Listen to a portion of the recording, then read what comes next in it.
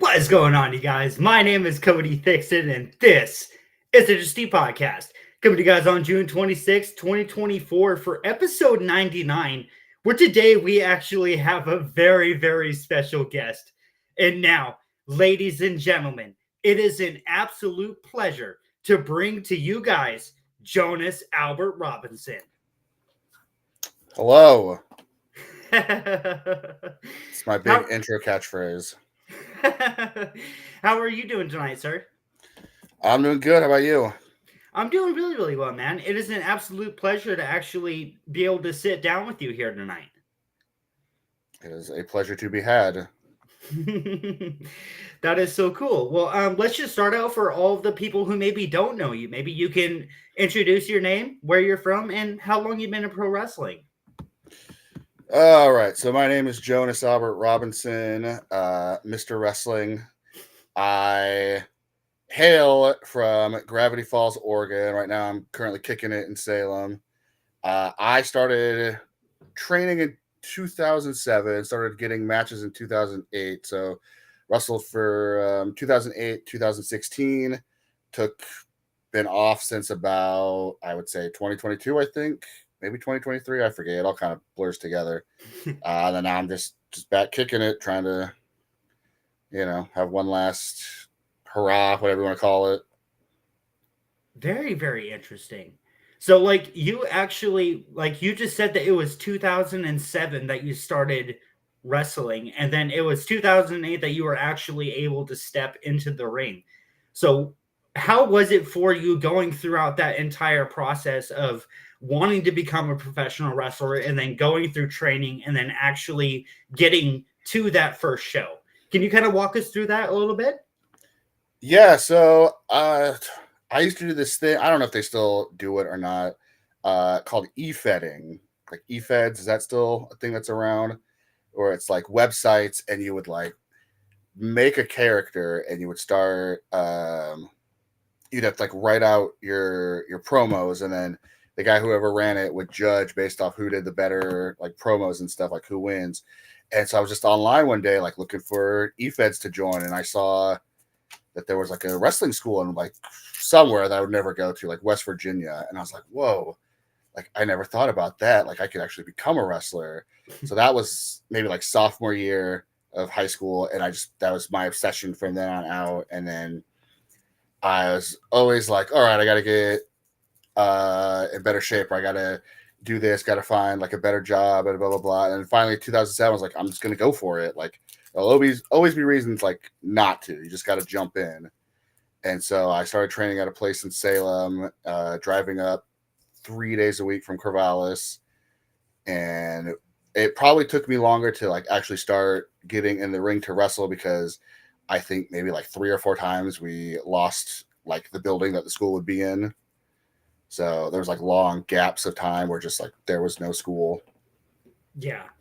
Yeah, that is something that like I've always wanted to actually ask somebody, is like there's different times in which somebody can get into training, and then it seems like everybody kind of differentiates on when they can actually step into the ring. Like some people it'll take a year, some people it'll take 2 years, some people it could possibly take 4 years. How was that like kind of gauging? I guess it depends. Some people, they had told me the fastest someone picked it up, I want to say, was 6 months. So I was like, all right, well, I'm going to be the next person who does it in 6 months. That person was actually Wade Hess, who went through the school about a year or so before I went there. And just, you see him now and it's like you can understand. But yeah, it probably was way too high of a expectation to put on myself. But it's just, like certain things, like I've watched a lot of people come through, and some of them you can just tell, like, no, it's not going to happen. And some people, it's like you're almost there. You just got to keep going and just. I mean, I had talked about it far too much with like people in my life to like be able to quit. So it was Yeah. definitely rough, but yeah, just people Yeah. like one day it just clicked. So Yeah. Well, if you could kind of like put into your own words when it comes to maybe when you're able to like look at somebody and just know that like they need to put more into their craft. If they were to put more into their craft, then they would be believable. Is there anything that maybe tells you that that person isn't able to be believable? um I don't know about like believable. You can kind of tell. You can always kind of tell when someone's new because they have like the stutter steps and like the timidness, things like that. And then, like there's some people that just you could tell they're completely lost and they're being like led through a match by hand, and just it's the way people like kind of like you could tell them like in training you could tell the mindset like the people it's like I had a guy like when I was there who came in like his first day and he's like, oh, I don't want to worry about lockups, like when can we start doing moonsaults, and it's like you're not gonna last. Oh man, that is so awesome. It's almost like the same exact mindset of like coming in and expecting you to just be able to build your own character when you need to build your character after you get the whole moves. So like Hmm. have you ever seen that a little bit of people coming in and them having almost being like too headstrong in what they're trying to do instead of really just going with the process? Yeah, absolutely. There's been guys who come in and they like don't even go by their real name like right off the bat, their whatever character they came up with, and it's like you have no idea like what the promoter is gonna do with you. Like at the school I trained at, they also were a promotion, so like the guy would come up with things. Like at POW, Mister has ideas for everybody. Like at DOA, they'll like so it's kind of like give and take. But like if I'm just like, hey, I'm only gonna be this person, then like they right out of like training school, they're going to be like, all right, you know. Yeah. Yeah, that's like equivalent to like somebody coming into the school and like having like a cape on and being like, I'm ready to just do this thing. Mm-hmm. That is so awesome. Well, before we actually like really get into your overall career, when did you actually begin watching professional wrestling? So I like pretty much my whole life, like not really by my choice at first. Like I remember my brother switching off, Ninja Turtles because he wanted to watch WWF Superstars, and me like flipping out. Like the earliest match I remember was probably my brother getting WrestleMania 6, I think it was, with Hogan and Warrior. And I remember Hogan missing the leg drop and Warrior hitting the splash and Hogan looking like he was going to start crying because he couldn't believe it was a 3 count. And then nothing until like the next year, my uncle got WrestleMania 7, and I knew Sergeant Slaughter from G.I. Joe. So I was like, yeah, go Sergeant Slaughter. And like, I didn't know about the whole like Iraq and all that stuff. And my uncle was very like, USA. So it's like, oh, if you're going to cheer for him, I'm going to kick you out. And then pretty much just off and on. And then like 94, like earlier this year, I started like my 30-year rewatch of like WF and WCW. Cause like, that's really when I was like 6:05 Eastern on Saturday nights in 1994. Like I was glued to the TV screen. Like I had an action figure wrestling league with like the Ninja Turtles and like Marvel action figures and stuff. Like that's when I just really like became obsessed with it. Mhm. That is so awesome. So, like, whenever you're like building your character, is there any like influences that you've actually built up over time where you're like, I would love to be able to bring these little aspects that maybe these characters were portraying on pro wrestling that I really gravitated toward? Is there anything that you really gravitate when it comes to your character? Yeah, I mean, if I could be anybody, I'd be Arn Anderson. like inside, outside, right? Just like that is like, the dude, like just you hear him talk and cut promos and stuff, and it's like you 100% believe what he's gonna do. Like also just like you watch like old matches of like Macho Man in like the Boston Garden, and just you really believe that he's gonna go in the crowd and start fighting dude. Same with like Terry Funk, or even recently Homicide. Just that's what I wanted to borrow the most, was just like I wanted them to think like this dude is unpredictable. He might swing at me. Like he really is like that, dastardly or whatever. Yeah, and I was like sitting there doing a little bit of research, and you were at Storm's Wrestling Academy, correct? Mm-hmm. Yeah. So like, how was it going throughout that whole training process? Can you kind of explain to us maybe a few stories about actually going to that school? Yeah. So basically, by the time I went there, I had been wrestling. Well, I had been in training for 2 years. So, but like the first half of being there was just kind of like, and even said like, this first half of the term isn't really going to be of much use for you. We're just going to go over like bumps, rolls, moves, like putting the sections together. But it's like the second half is when you'll be more. But like even then, I always knew, okay, first part of the match is the shine, and it's the cutoff, and then and then comeback. But like even having wrestled for like a year and a half, I didn't really like. I still, like you can ask anybody, like they'll be like, "Oh, I didn't get it until like further down the line." So it wasn't until like I went to Lance's where I finally was like the whole point of the shine and like how to properly put a shine together. Like I haven't watched any of my old stuff back, but like pre-Lance, I was probably just like calling moves to the bit. Okay, give me a suplex. Okay, give me a body slam. Okay, dude, like just doing a bunch of crap for like no reason. But then he's just like, all right, we're gonna work on get it again drills, and I'm like, oh, that's what you do. Like you watch a Ricky Steamboat match, he'll hit the dude with the arm drag, and they'll sit there for a bit. They get up, they start doing some stuff, and next thing you know, they're back in the arm drag. And it's like, okay, so like that's how you effectively call a shine. Like I'm trying to get out of this arm bar, but since he's a better wrestler than me, he gets me right back in it. Yeah. Yeah. Yeah. Is there one point in pro wrestling where you're kind of taught about like really being able to get into the dance when it comes to professional wrestling, like being able to coordinate with each other, and you know what I mean, just having that overall flow together? How could you kind of like explain that to people who maybe don't understand? Uh, it's hard to, I guess, put into words, but it's just like the way I approach it is I try to come in with ideas for, like, if me and you are having a match, like, I try to come in with ideas based off stuff you do and also based off stuff I do. Like, I don't want to just come in and be like, all right, I'm going to hit you with this, I'm going to hit you with that, I'm going to do this to you. Like, I think it's much more beneficial because the whole point is, like, I'm trying to get you over and you're trying to help me get heat. So Yeah. if we're putting it together that way based off like how can I help you, then I think it's more beneficial for everybody. But like sometimes people are like the match is about me, which Yeah.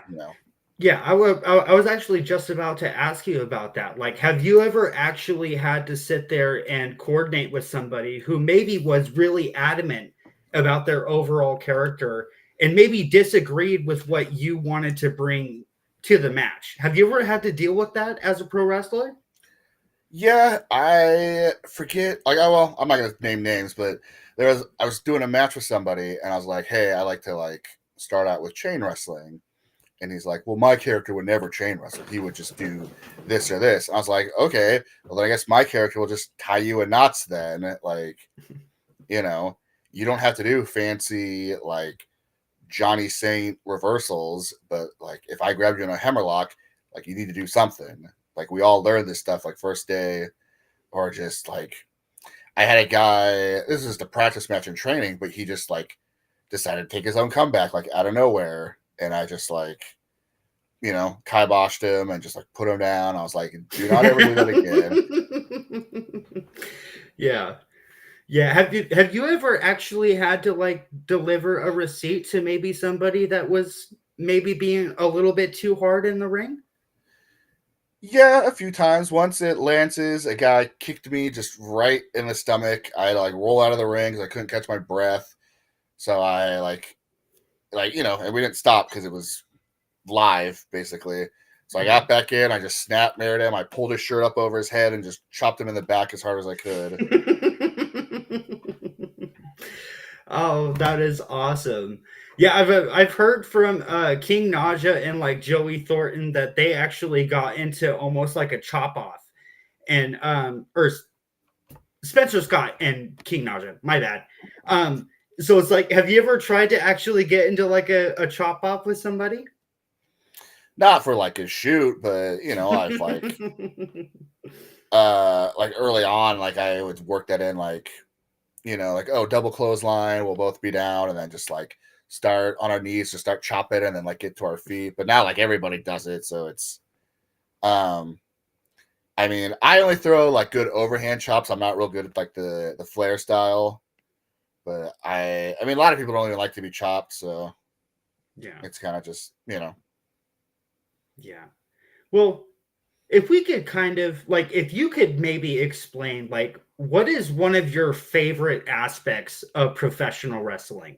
Because there's a lot of aspects that I feel like people don't understand, but when you really get into professional wrestling, you're able to fire off on all cylinders. So is there one aspect of professional wrestling that you feel like people don't understand that you really love? I think for me the thing I love the most about wrestling is just the creativity, like putting a match together, putting a angle together. During the time that I was out of wrestling, I tried like a ton of things. Like, oh, maybe I'll try writing, or maybe I'll try like learning to draw and stuff like that. And it's like nothing hits it the same way that like putting a match together and like having that match play out and like hearing the crowd go up and down and like getting the reactions you're expecting to get. And it's been like, yes, I knowing like, yep, I got him. Perfect. So that and just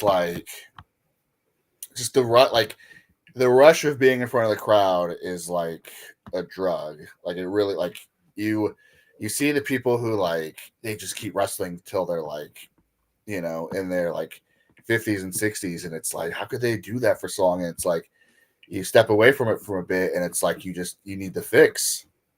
Yeah. Yeah, you just brought up about how it's almost like an addiction. So how does it feel to try and come up with something and then be able to present it in front of a crowd? And if that crowd actually reacts the way that you would like them to, actually being able to build that as a professional wrestler and going throughout that whole process. Can you kind of guide us through that a little bit? Yeah, it's legit like the greatest feeling in the world. Like nothing compares to it. Like the feeling of accomplishment and just like the adrenaline you get from the crowd, like cheering or booing exactly like how you want them to. Um, like there was a story like so back in October there was like a casket match at POW, and Funny Bone had just lost the belt. He'd been gone for a while, and uh Charlie Avell had been out there in like a Halloween costume. I think he was dressed as like Michael Myers. And so like him and Levi Shapiro come out to help Zicky Dice, and Zicky's like Charlie, take the stupid mask off, and he takes the mask off, and it's Funny Bone, and it's just like the crowd just like came unglued, and that was like exactly like how everybody had envisioned it, and it's just like it's indescribable. It's just like, yep, we got him. Like we're reeling them in. We got them on the string. Like probably I would say one of the best moments like in POW history. That is so awesome. Well, if you could kind of maybe tell us what was one point in your career where you felt like everything was just hitting on every single note. The way that you were carrying yourself in the ring, the way that, you guys had that rivalry, or the way that you wrestled, the way that it was projecting towards the crowd. What was the biggest match that you've actually had throughout your career where you actually felt that energy? This is back in 2014, probably. I was wrestling my like mentor, basically, Garrett, the former ring announcer for POW, G-Shock, my old tag partner. Just, it was like the story we had built up where I turned on my current partner, I DDT'd him on the floor, and since G-Shock was like a mentor to both of us, he got in between, and just it built with me like attacking him, getting suspended, and then finally we had a match. And it was the night that I debuted coming out to Purple Rain by Prince. And so I let like the whole first verse play, and like the crowd, you could like look up to the curtain, they have like their phones out and they're going back and forth. And it's like as soon as it hits the chorus, I step out and the whole reaction just flips. Like they're pissed, like everybody's mad, and just like the atmosphere for that entire match. Like I had the ring announcer like act like disgusted having to introduce me, tell like G-Shock to kick my ass. Just like the crowd, like the heat for it was amazing. Just the match was great. Like being in there with like, one of my groomsmen, like that's how close we are. It was just like probably like one of my favorite moments. Yeah. But like probably the most heat I've ever gotten. Oh, that is awesome. Yeah, I was sitting there and I was watching a couple of your videos on YouTube earlier, and I saw a video of you versus the hobo.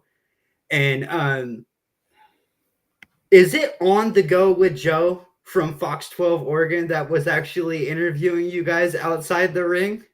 Yeah, he had gotten into wrestling. He had started doing when they did like the Portland Wrestling Uncut with Piper and Grappler. They brought, because they filmed it at the Fox studio, so they brought him in. And then when we at that promotion started doing like a Saturday night show with Fox, we got him to come in. So he's a good dude. He really like, you can tell he really is a fan of wrestling. So it was nice to have him around. I would have never have guessed that he was actually a fan of professional wrestling. Like that is so funny.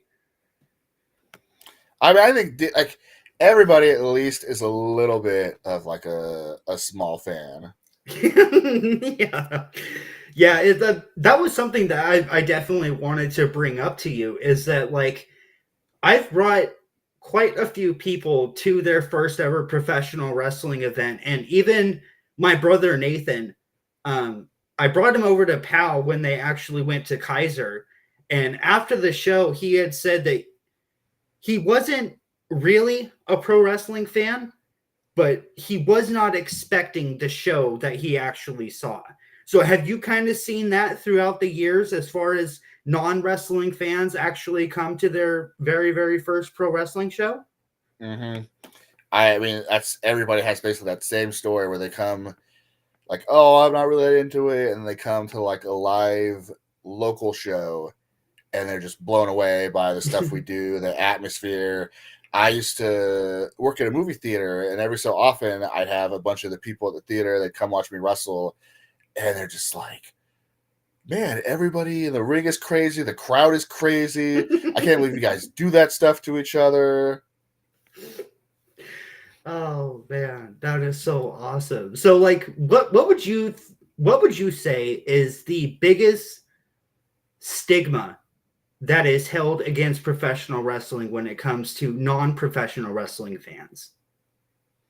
That it's fake, that it's just all like they confuse predetermined with fake. Like we like chops hurt, body slams hurt, suplexes hurt, depending on who you're wrestling, clotheslines and forearms hurt. Like none of it feels pleasant to do, but it's just, we are all wired differently than your average human being to just absorb it, not hate it, I guess. I mean, like, I would think back in like high school, I played football, and a buddy of mine pointed out that one time we were doing tackling drills, and every time I'd get hit, I would just start laughing. So, just all wrestlers have just something in their head that we are a little bit different. So, I mean, it all hurts, but we deal with it. Yeah. Yeah. So if you could kind of explain to everybody exactly what or who is Jonas Albert Robinson as a character? Who is Jonas? It's much easier to define who I am now as opposed to back then. Back then, I was just me turned up to 11. I often tell people I have a uncanny skill to just be very unlikable to anybody I meet. I don't know how or why it developed, but so people would always ask, like, "Oh, how describe your character in a sentence?" And I can't. It's me. I'm out of my mind, is what I would tell them. I'm a mega maniac, egomaniac. Nowadays, basically, Jonas is a trust fund mama's boy. My mother helped me put the bounty on the Flamin' Aces. She helped me pay wrestlers to be in the Jarmy. And then you add into that like the temper tantrum aspect, and then that's just basically my like. If you've watched old wrestling, Mid South or Memphis, when Jim Cornette came in, that was his thing. He's just the mama's boy. I was like, all right, well, what if Jim Cornette was a wrestler? Without all the angry like I hate modern wrestling stuff, but just talking up my mother and like my mother's so great and she loves me so much. She helped me buy this wrestler to come join the Jarmere. She helped me put this bounty on these wrestlers' heads, and I'm her favorite. She always wants to make sure that her baby Jonas is taken care of. Oh man, well, I was going throughout your Facebook the other day, and I saw this one post where you were being called an experienced ring technician. How does that feel to like be given that title as a pro wrestler, or giving yourself that title? There you go. Am I the one who said it? Is that? Yeah. I believe it was a post. I just put it into my notes. I'm pretty sure. Yeah. No, I wouldn't call it. Technical wrestling is probably my favorite kind of wrestling. My two favorite kinds of wrestling are, Southern wrestling. I love watching Mid South or Jim Crockett Promotions, stuff like that. Mm-hmm. And right alongside that, I love World of Sport, just the British style of wrestling, all the counters and holds, counter holds. The guys like Johnny Saint or Jim Breaks, things like that are like the people who've more modernized it, like early Chris Hero, Eric Cannon, Brian Danielson. So I've always like, even though I'm big and should probably wrestle more like a bigger person, I just have never wanted to. I've always wanted to be like a technical wrestler. So I mean, if I said it, it's because that's what I like. If someone else said it, then hopefully that's something they've noticed in me. That is really cool. I also noticed when I was going throughout your Facebook that you were talking about baseball too, and you actually brought up a really funny story about how some tweaker tried to sit there and steal Zeb's shoes. So like, when did that actually occur? So it was during when the game was going on. Just a bunch of us were in the ring, just BSing and whatever. And for whatever reason, Zeb was in the ring, just in his socks. And some guy just walks by, holding some shoes. Zeb goes, "Oh, don't worry, homie, I'll take those." And just yanked the shoes back from the guy. I was like, "What was that?" It's like, "Those are my shoes that were just sitting on the ground." Like, this guy just, like, who would, like, it blew my mind that someone would just, like, one, want to steal someone else's shoes. You have no idea if they're the same size as you. And then you want to sit through like 5 more innings of a baseball game just holding some shoes. Like, I guess that was more surprising than even like the theft, is just the inconvenience of it. Oh man, that is awesome. So like, how was it for you to actually be able to perform at baseball? Can you kind of walk us through your experience there? So yeah, this was I was on the first base brawl because Zeb actually wasn't able to make it because of family stuff.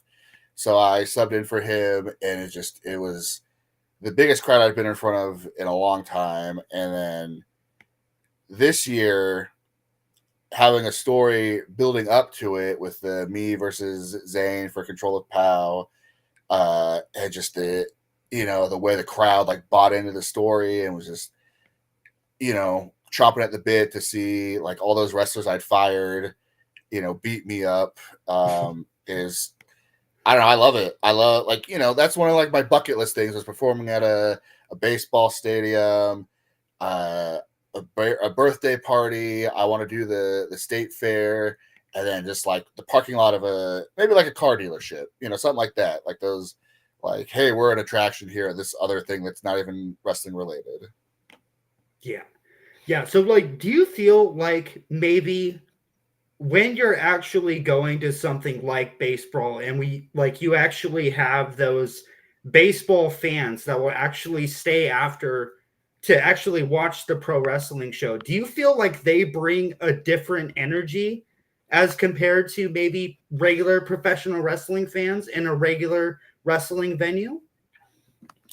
Yeah, because I mean, like I said, everybody is at least a little bit of a wrestling fan. So I think the people who don't watch it regularly and they're just like, oh, it's there, so I'll go watch it, they'll buy into it the most because they're so just caught up in what's happening. Like they don't know who the characters are yet, but you'll introduce yourself to them by the way you come out through the curtain or how you open the match and stuff like that.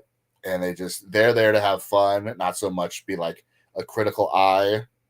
And they're just, like they want to buy into it and they want to be a part of it. Yeah. Yeah.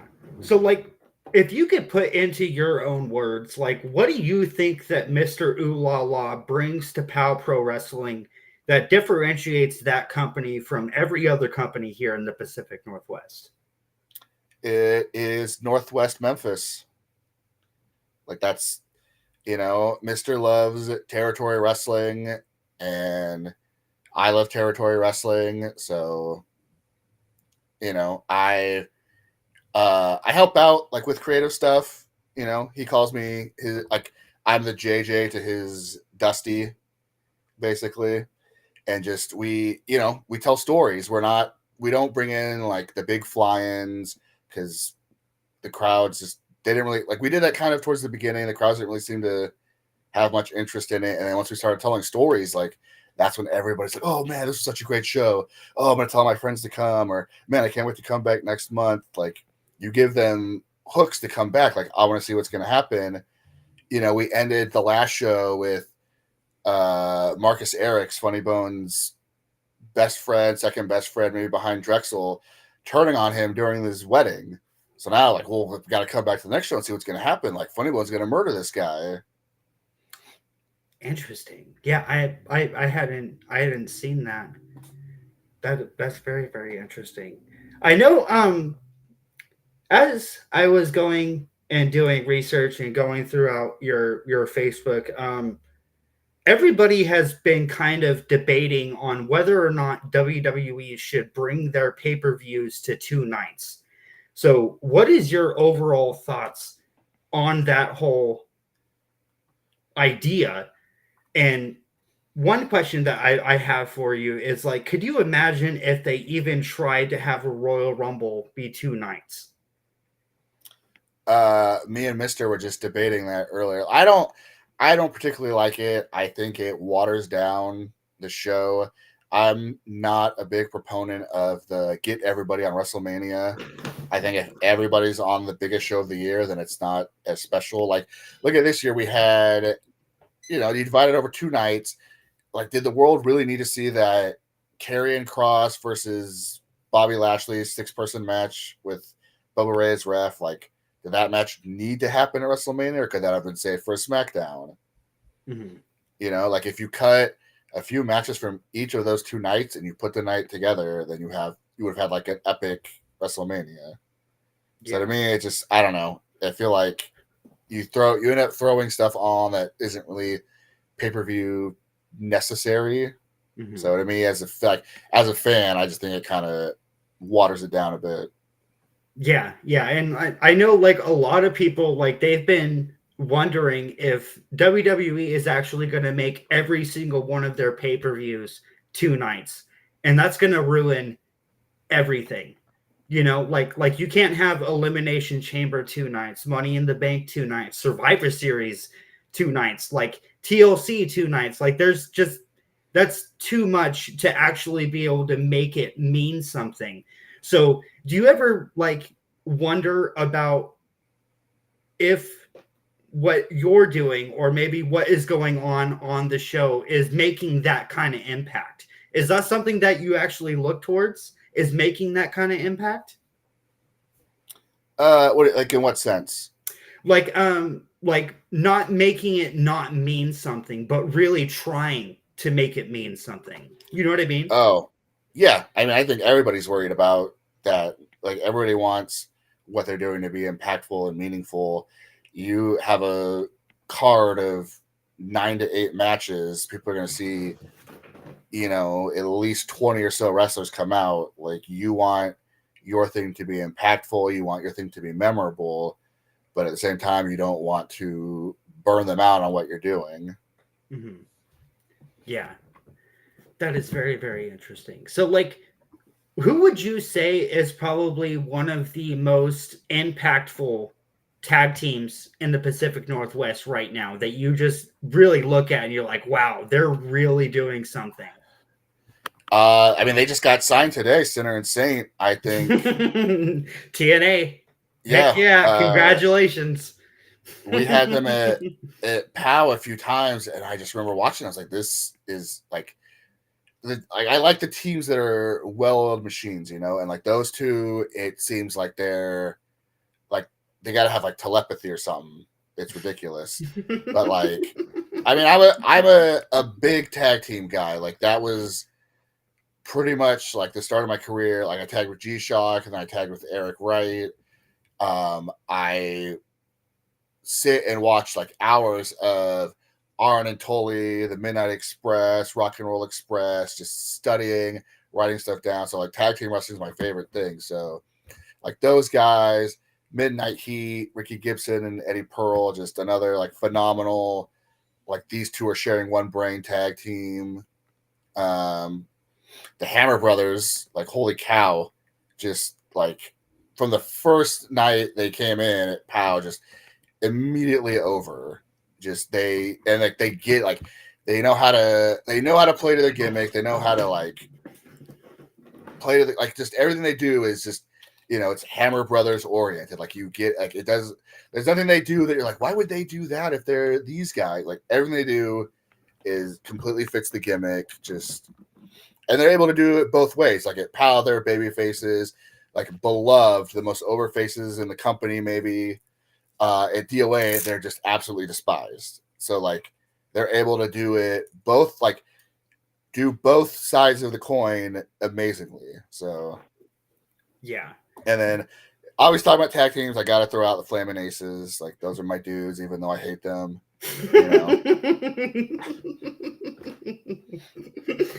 Oh, that is so awesome. Well, one thing that I found really, really interesting that I wanted to ask you is I feel like there's a certain professionalism that you have to carry with yourself, especially if you want to be a professional in any industry. So, have you kind of seen where like there's a difference between a wrestler and a professional wrestler? Can you kind of explain that a little bit? Yeah, like I said earlier, I think the difference between a professional wrestler and a wrestler thinks about themselves, and then a pro wrestler realizes like they're part of the whole. So, if you're doing like a tag match, like and you're putting a tag match together, if one person is just, I got to get all this stuff in, I got to get this move in, this move in, this move in, that to me is a wrestler. A professional wrestler is like, hey, talking, like I'll be telling you, hey, the crowd really loves that frog splash. We need to make sure we work that in. Like I'm trying to make sure I can get you over, because getting you over helps get me, more over as a heel. Yeah. So I think a real professional knows like it's a give and take. Yeah. Yeah. How can I put this into words? Give me just 1 second, just to like figure out exactly how to word this. It's like it's very, very interesting to watch professional wrestlers grow throughout their career, because once you are able to actually build your name in one company, you can build towards another. And then like you almost like build this resume, and then that's when you kind of grow as a professional wrestler. So like how is it kind of going throughout that whole process of building a resume and then going to all these new companies and maybe getting new opportunities? How has that been for you throughout your career? I think for me, honestly, a lot of my branching out was just, I guess, knowing someone who would put in a good word. Like Mhm. I started wrestling at the company in Salem, went to Lance's, and then before I even came back from Lance's, the booker at DOA was like, "Hey, when you come back, I want to start you up here." And he already had like a bunch of ideas. We're going to put you with G-Shock, and we're going to give you the tag belts, and then we're going to form like this group with you guys. And just from there, it was like I went to a place in Washington. Somebody helped me get booked at a place in California. So I think I just lucked out. But a lot of like, there's a few people who you watch from like their first match to now, and you could tell like they are just putting in like hours of work. Like you watch like Amira, the Aces, Jaded, like Chris Brady, like from when he when we're doing the Blair Alley shows for POW to now, like he like has got to be one of the most improved people I've seen. Just like the in-ring stuff, the way he connects with the crowd, like he's one of the top dudes I look forward to watching like his stuff every month. Yeah.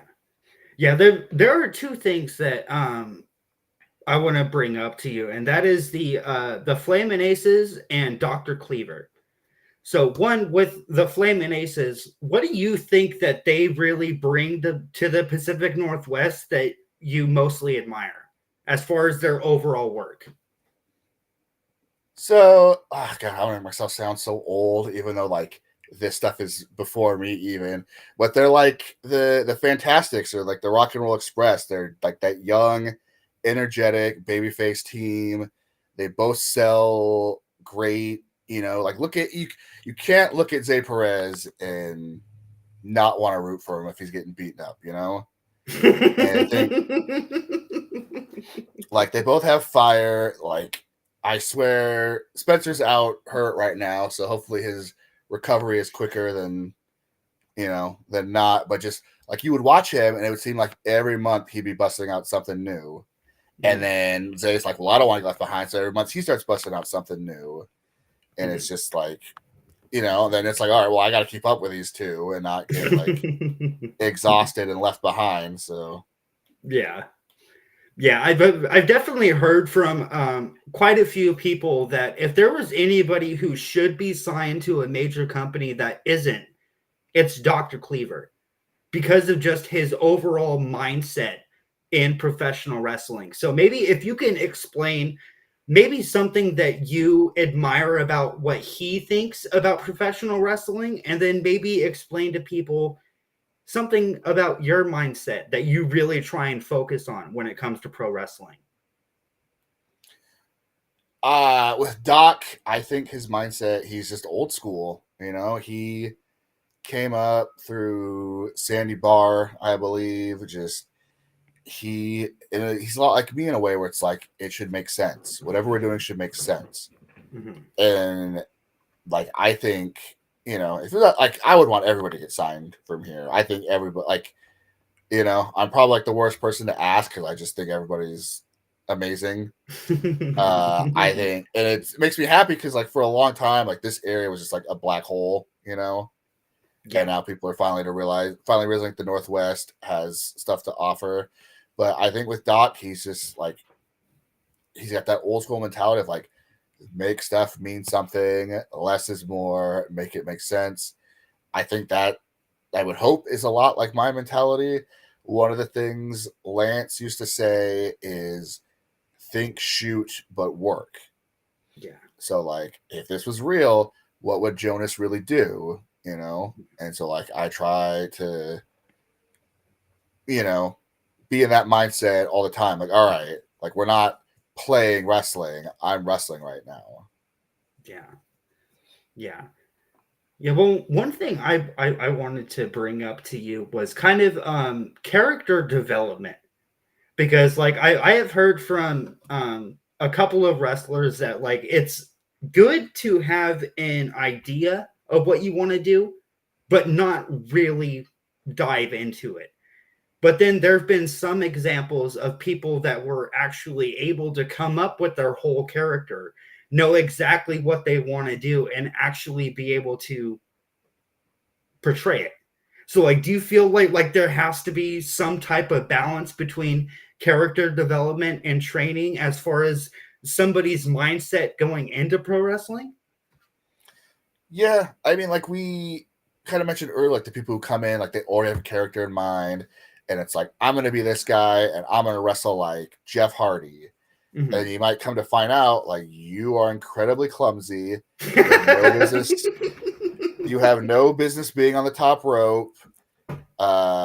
Like that's not the character you can do. So like with me, like I knew right away, like, oh, I can't do like the Rey Mysterio stuff, but like maybe I can be like Cactus Jack and be like a brawler.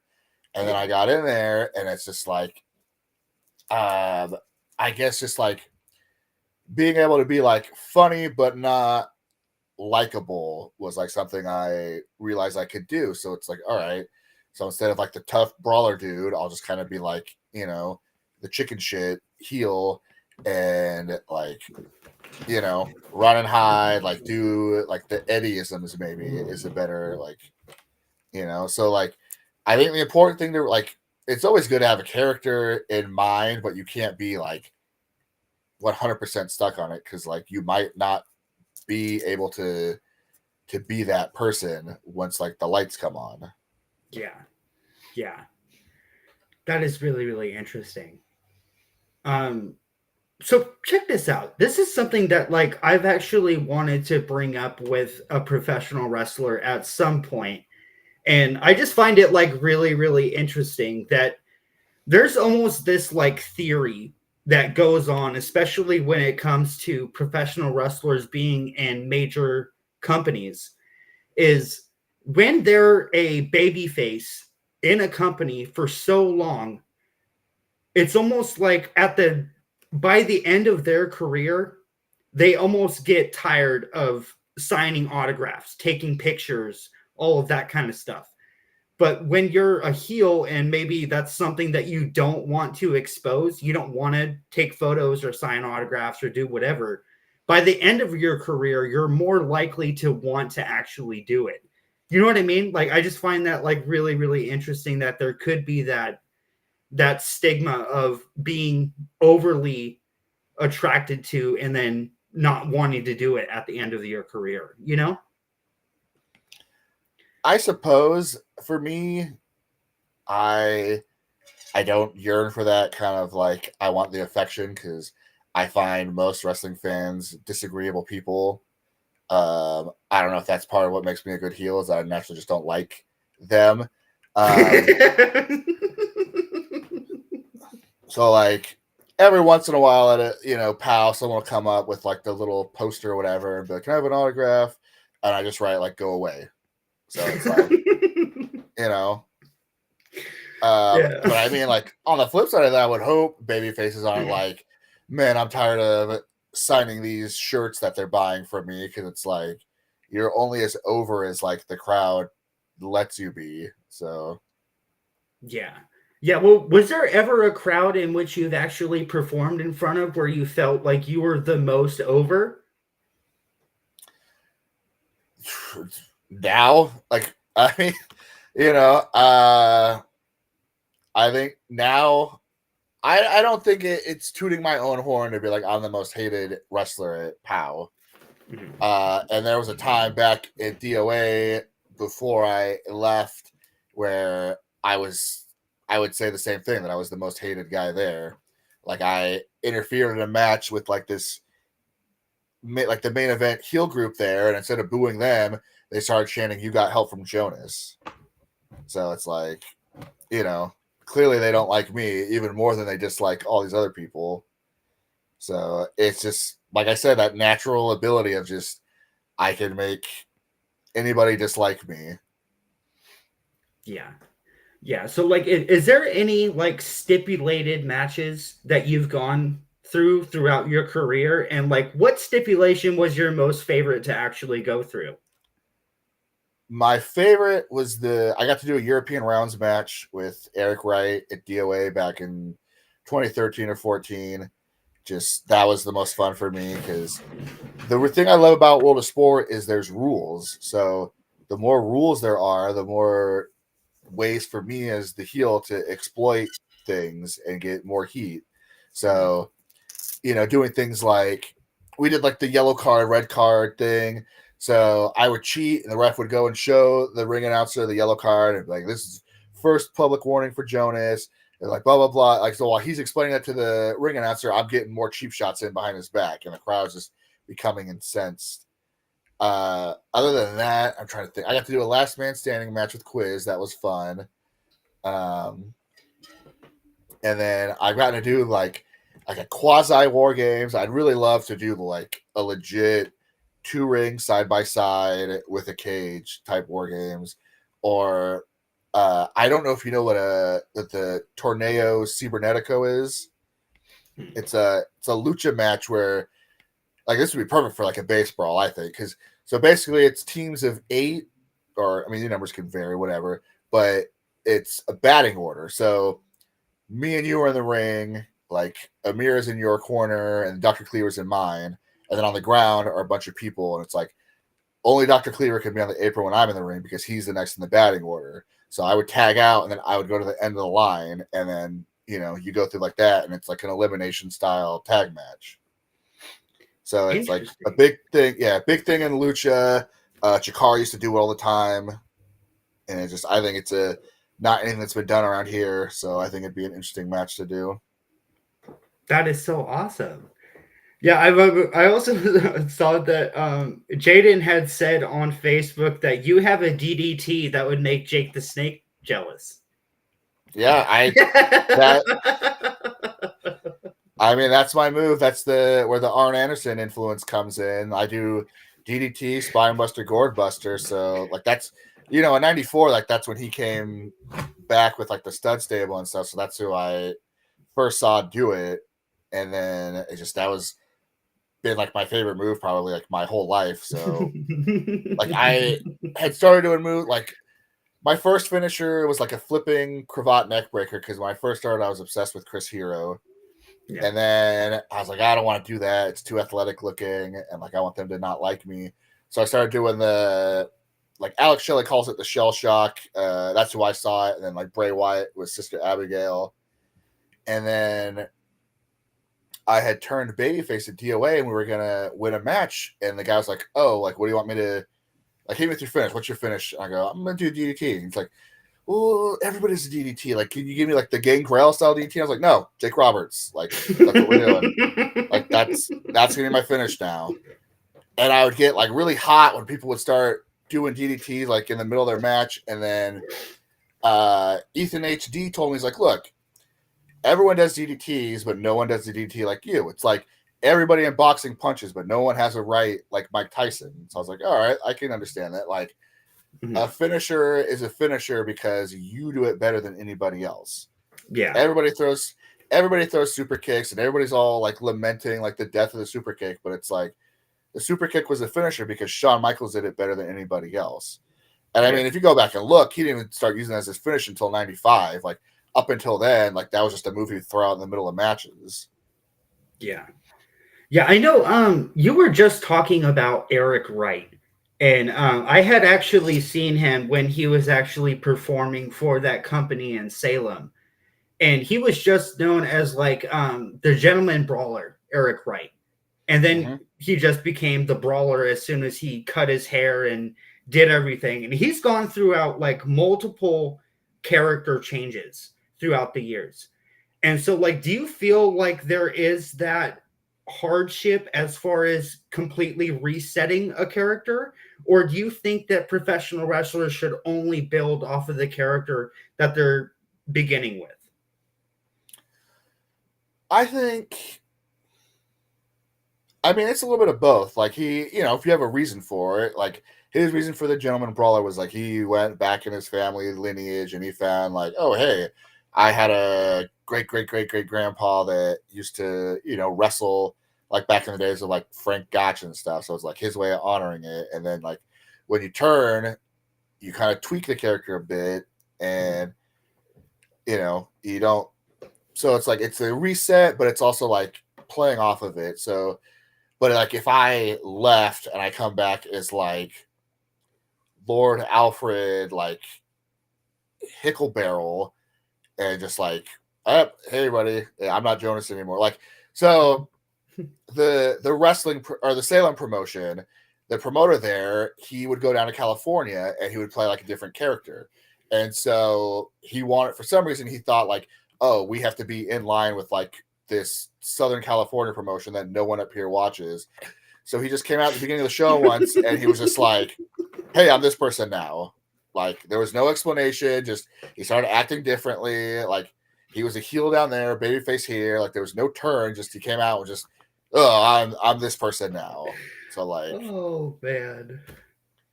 like you can Yeah. reinvent yourself, but I guess like, you know, unless you're gonna like change your look or put a mask on, take a mask off, like you should probably keep it somewhat connected to what you've done. Because wrestling, Yeah. like wrestling fans are like comic book fans, where like they follow this stuff for, you know, they know the continuity better than we do, so they want to be rewarded for paying attention for so long. Yeah. Yeah. Do you ever feel like, in a sense, like professional wrestling is subjective? Because, like, I've gone on to like Twitter and whatnot, and when you get into the professional wrestling community, sometimes there can be people that don't understand exactly how you're thinking, but professional wrestling is subjective on like what you think is going to happen, or you know what I mean? Yeah, Yeah. it's I go back and forth a lot with it sometimes because like I'm not a chef, but I can tell if my steak isn't right. So I try not to so I try not to be like, hey, you've never been in the ring, so you can't talk about it. Like there's Yeah. some things like, oh, that move is dangerous or this person's sloppy, and it's like, well, you can't know that if you haven't worked them. Yeah. Like someone was trying to argue that Generico's brainbuster was sloppy because, and I was like, no, like slow it down and watch what he's doing. He's in control the entire time. Yeah. So like you can, as a fan, like I try not to be like, oh, what WWF is doing is, or WWE is doing is bad, because I mean they're making money hand over fist. I try to think of it as a fan, I don't enjoy XYZ. So like you can say stuff like that, like, oh, I don't like where the story's going, but you can't be like, if you don't understand like the ins and outs, then it's hard for like, why should I take someone seriously? They're like, oh, they should put the belt on this person because I like them. Well, it's like, okay, well, like there's reasons like why someone can have the belt and someone can't. Yeah. And so if you're not like in the back area, like, you know, watching the day to day, it's hard to, you know what I mean? So I try to, I go back and forth on it. Like, like art is subjective, but like, so everyone's allowed to have an opinion on it. But like, there's certain things you can't critique if you haven't done it. Yeah. Yeah. That is really, really interesting. I don't know. Well, like if we like what can we actually expect from your plans as far as like going throughout the rest of 2024 or maybe going into 2025? Do you have any specific plans that you're like, I'm going to achieve this year?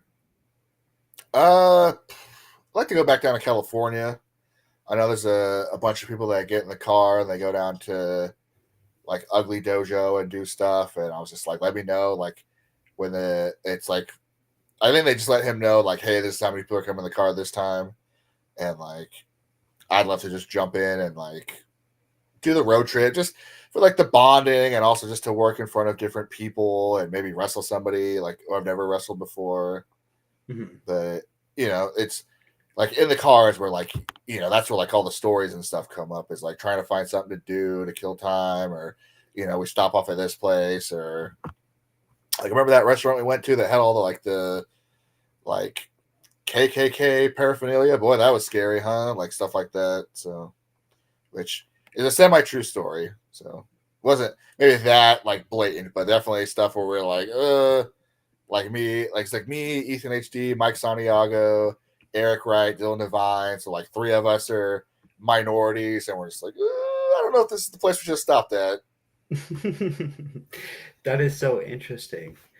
Well, if we could actually begin the end of everything by just me asking you, like, what does professional wrestling mean to you, and like, what do you really want to bring to professional wrestling that maybe people don't understand? Oh boy, that is a big question. To me, pro wrestling is everything.